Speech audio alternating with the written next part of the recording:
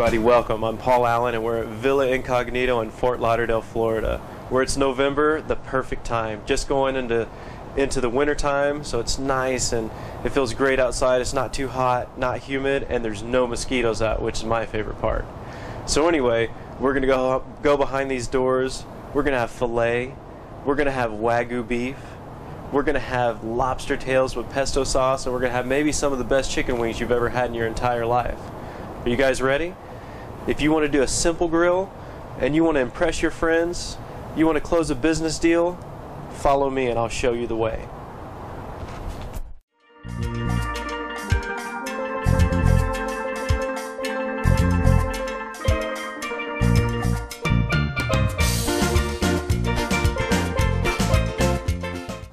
Truffle pesto sauce, basil pesto, sriracha, gluten-free tamari, sea salt, freshly cracked pepper, 2007 Opus 1, prime grade filet mignon, Wagyu ribeyes, organic chicken wings, Canadian lobster tails, love. I always cook with lots of love. Cooking wine. You have to have your cooking wine. And my rule for cooking wine is if you can't drink it, don't cook with it. Here we have some organic chicken wings and chicken drummies. Simple recipe. 24 to 48 hours, put them in a 2-gallon Ziploc bag. Squeeze some limes fresh in them. Chop up some minced garlic, heavy sea salt, some cracked pepper, and you kind of shake it up a little bit and then throw it in the refrigerator. About every 4 to 6 hours, sometimes I turn it over so the juice gets on the other side if it's not fully submerged. So you see, kind of keep playing with your chicken bag, and this is what it's going to look like. We're going to grill this off and it's going to have a great flavor. We're not going to add any more sea salt or anything else to it, and it's going to just be excellent. Alright, we're about to throw this on the grill. I would say we're going to put this on for a little while. Chicken takes a little while and I like it extra crispy, so I would say we're probably going to put it on 5 minutes on one side, 5 minutes on the other side, then 2 minutes on the next side and 2 minutes on the next side. So about 14 to 20 minutes total cook time. Alright, so I like to put these at a little, kind of a horizontal mark, kind of a little bias. That way I can keep track of which side I got. Yeah, and you want to be careful to avoid flare up. That's when you have too much fat that goes down on the grill and then it starts flaring up the flame.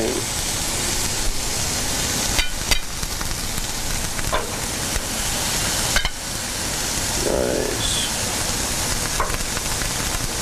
There we go.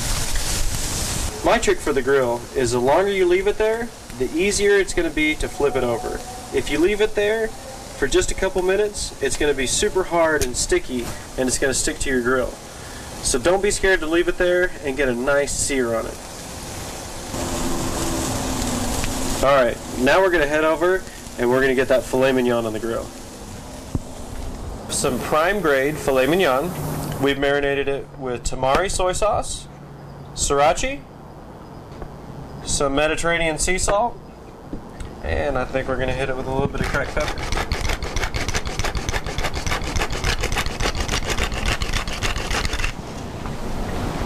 You let that marinate for an hour, it's going to do wonders. If you let it marinate for 24 hours, it's even going to get a kind of absorb more into the flesh of it. All right. So here we have, this is kind of the baby of the group right here. This is a Wagyu Ribeye, and that's above prime. That right there is prime. This is Wagyu. They massage the cow, they feed the cow wine, they give the cow apples and manicures and pedicures. It's crazy. Anyway, this right here is the stuff. This is what you want to try. What I'm going to do is simple salt and pepper. Don't mess around with Wagyu. You can if you're just that crazy. I do all the time. But I'm just saying, if it's your first time to have Wagyu, enjoy it for all its beauty. Salt and pepper. That's all you need. And I'm telling you, if you've never had Wagyu, on your next anniversary, special occasion, spring the money. do it. I think this right here is about $45, $50 a pound. But like I said, this is amazing, amazing stuff. What I do sometimes is I'll take a little knife or whatever I'm using to flip them, and I kind of pat down the salt or the pepper. You can use your hand, but outside here I don't have a sink, so I'm not going to use my hand. I'm going to use the tongue and the knife. Whoa, watch yourself. Make sure you get a hold of that Wagyu. Don't let him get off the plate on you.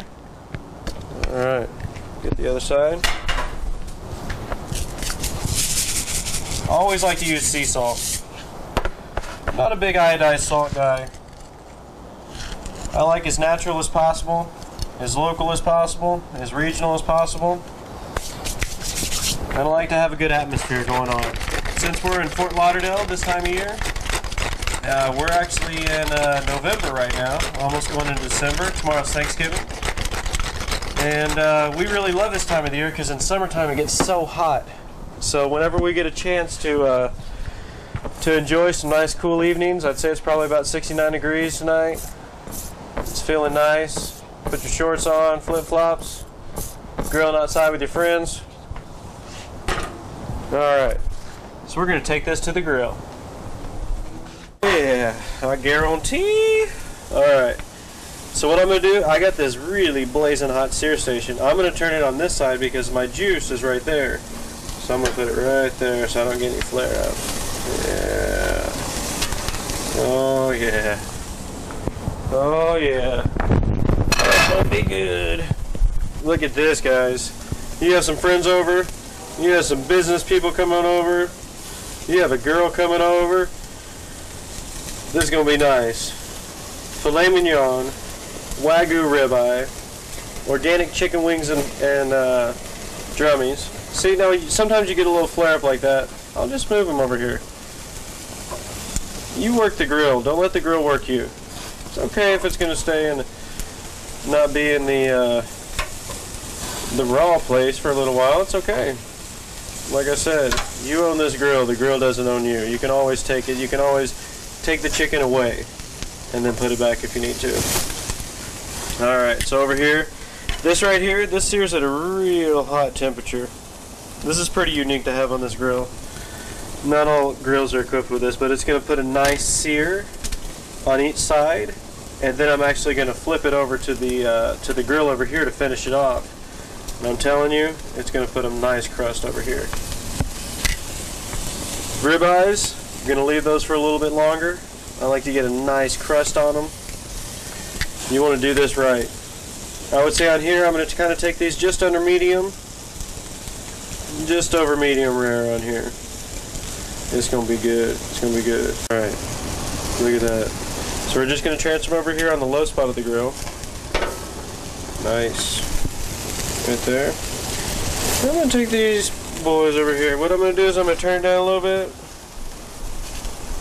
So let these kind of do their thing. So I can make some room for that Larry the Lobster. Lobsters. Oh. First thing you want to do is you want to smell your lobsters. Lobsters should smell like the ocean, which is fresh and nice. It shouldn't smell stinky and nasty. These smell nice. I like South African lobsters. Some people call them prawns because they don't have the pinchers. I also like Maine. These happen to be from Canada. What I'm going to do is I'm going to season them up. Just some simple salt. We're going on salt. We got a little pesto we're going to throw on these. Moving this over here.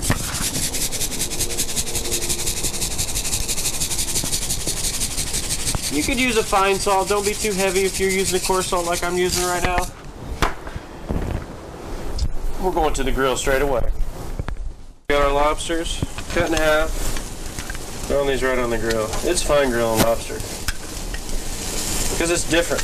Not everybody grills lobsters. It makes you unique. It makes you stand out. You come to the house and you have some lobsters going on.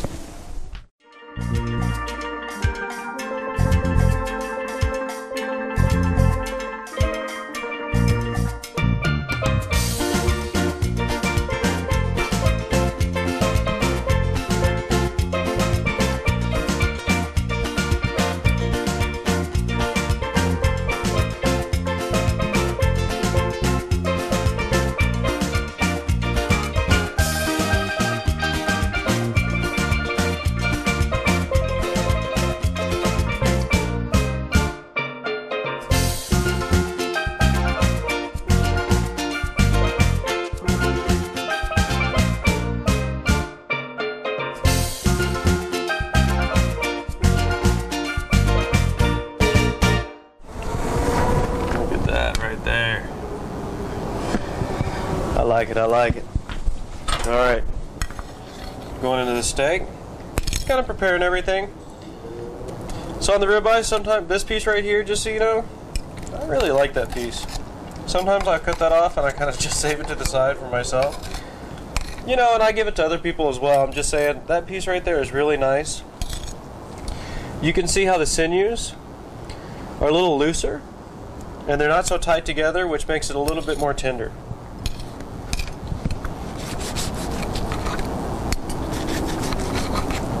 Alright.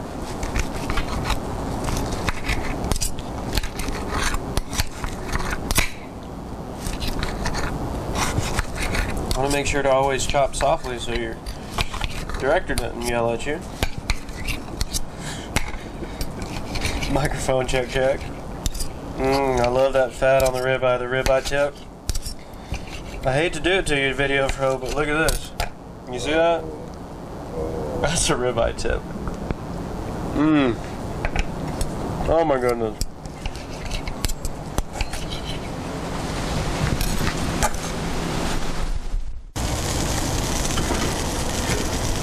Alright, so we got our chicken coming off. We're about to dress our lobster and we're gonna eat. Oh, look at that. Alright. You got a barbecue now. Simple dressing of the sauce, okay. Happen to have 2 pestos. Pick this one up at Whole Foods. I'm gonna dress this. Look at that. Just like that. And we're gonna get a little multi-layer. We're gonna leave that one alone. And then we're gonna come on this one. Yeah. You can make your own pesto, or just buy some pesto. They make really great pestos in the stores now. So we left 2 bare, truffle pesto, a spinach pesto, chicken that's been marinated. I'm telling you, the seasonings on it is going to be incredible. Wagyu ribeye, cooked 2 different ways.